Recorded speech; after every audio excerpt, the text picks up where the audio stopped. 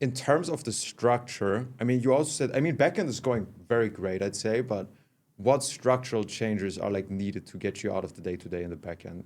I would say a few things. So the biggest thing is I train chatter. So I learned much things in OFMOS what we need to implement, and this was all on my side to train this. So I tried one time to train it to the supervisor that he go to the chatter, and then the chatter becomes a half of that what I say. Yeah. And then I make like at the moment weekly calls or bi-weekly calls where I have new things what we can implement. Like this is the new structure what we will implement. Yeah. And then try to explain it to the chatter. So first of all, a Loom video where I have a sheet to go around the sheet and tell him everything. And then after that, I send them the sheet and say, okay, try to implement this. But that's all on my side. So I have no supervisor who has the perfect training to the chatters. And the same on the hiring. Like the hiring process is we make a test chatting with the chatter that's from the supervisor, but the process to post on the online site then becomes them in the interview calls and so that's all on my side. And we have only one supervisor at the moment, and that's too much for him. So he makes the analysis in the backend and also hiring and so on. That's too much for one. So it's much on my side, yeah. Yeah, sure. How many chatters do you have right now? 4 chatters. Okay. So, like, I mean, there's multiple things. You get like the hiring in itself, so like running them through the interviews, all that stuff, right? But also like all the daily structure.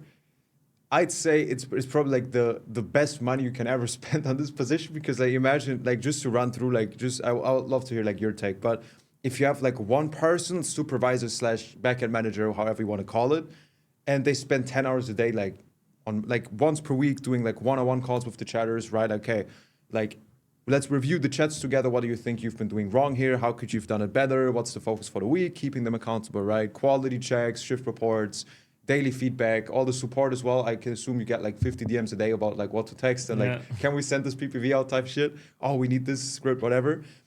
Like, how far you think that would elevate the chatting if the chatters are like getting feedback 10 hours a day, like for a month straight? Roughly. I would say fast. So yeah. Yeah, but like I'd argue I'll just throw a number, but that would be like at least like 30% of our chatting revenue long term, probably. Yeah. Probably even higher, but I don't want to like jerk it off too much. So the question: what's missing to get a person in that position? Like you said, you hired one so far. Like how do we get him or ideally also another supervisor? Think it makes sense to that level? Is it like more the person? Or is it like the system that he just doesn't do it the way that you would ideally want him to? I would say a bit of both. So the structure is okay, but I can make their better structure for the supervisor every time.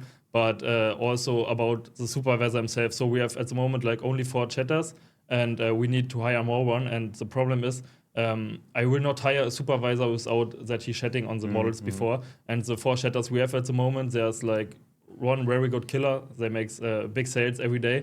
But the problem is I will not put the best chatter in the supervisor role. So he's good in chatting, but he's not so proactive and talks so much. He's a bit shy and don't talk too much. And but he makes a good job, yeah. And the other ones is okay, but we can hire the other ones who make a better job maybe. So my first step, what I would say is the best, to hire more chatters. And then take a look, okay, which one performs good, makes also an active job, gives me feedback, what we can do better in the backend and so on, and then give this one the supervisor position, yeah. For sure. Yeah, and I'll also agree, like, I have this one friend who's fat as fuck, and he gives amazing dating advice, you know, but he has no game. You know, this coaches don't play type shit. Like, this bro ain't getting pussy at all, but his dating advice is solid, you know? So it's like, we also, like, we don't even take our best chatters for supervising because I'd argue, like with the right system, which we can get into, like they don't need to know that much. You know, they've done the job, they know how it works. That's fine. The rest you'll teach them. But yeah, ideally, we just look at proactivity and like not even leadership skills, but just social skills. How do you tell someone he's fucking up without him hating you? You know, which most people struggle with. But I'd also say like even if you have a mediocre chatter who's like okay, but at least he has this going for him for sure.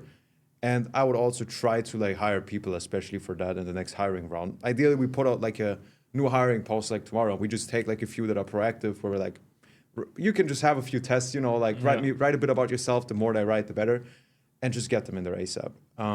Since what I would say, like especially from your side, what makes sense to do, like even like from tomorrow on type stuff, I would really make this whole structure monkey-proof. That like the new supervisor, he can just look at the schedule, he can look at how these things are supposed to be doing, how it's supposed to be done, and he doesn't need to know anything else, even leadership-wise, even if he's not that great.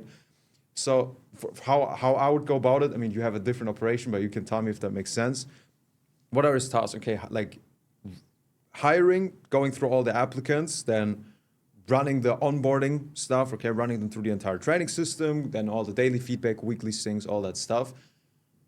I would just record from what you're doing right now, just record yourself doing it, right? Just a Loom video or whatever. If you give feedback, put it through Claude, put it through any AI. So you can also write a script yourself. I'd argue it's easier just to do it like a couple of times and then run it through AI.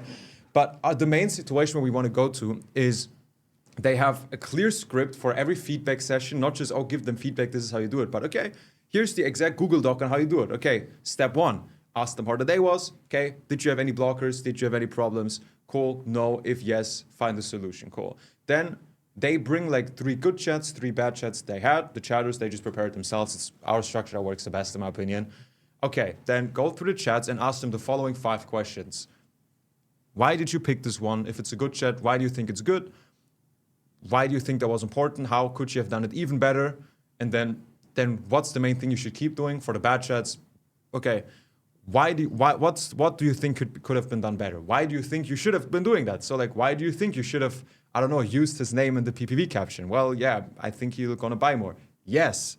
So how are we gonna make sure that happens for the next week? Okay, this. Okay. So then I'll call you on Wednesday or Thursday. I'll check in if it was done. Do you need anything from me to make that happen? Do you need like more feedback on how to write captions, whatever? Cool, no, perfect. Let's lock that in. Then, okay, the next SOP for him is put that into a tracking sheet and then like set himself a reminder. It's like basically everyone could follow that. Same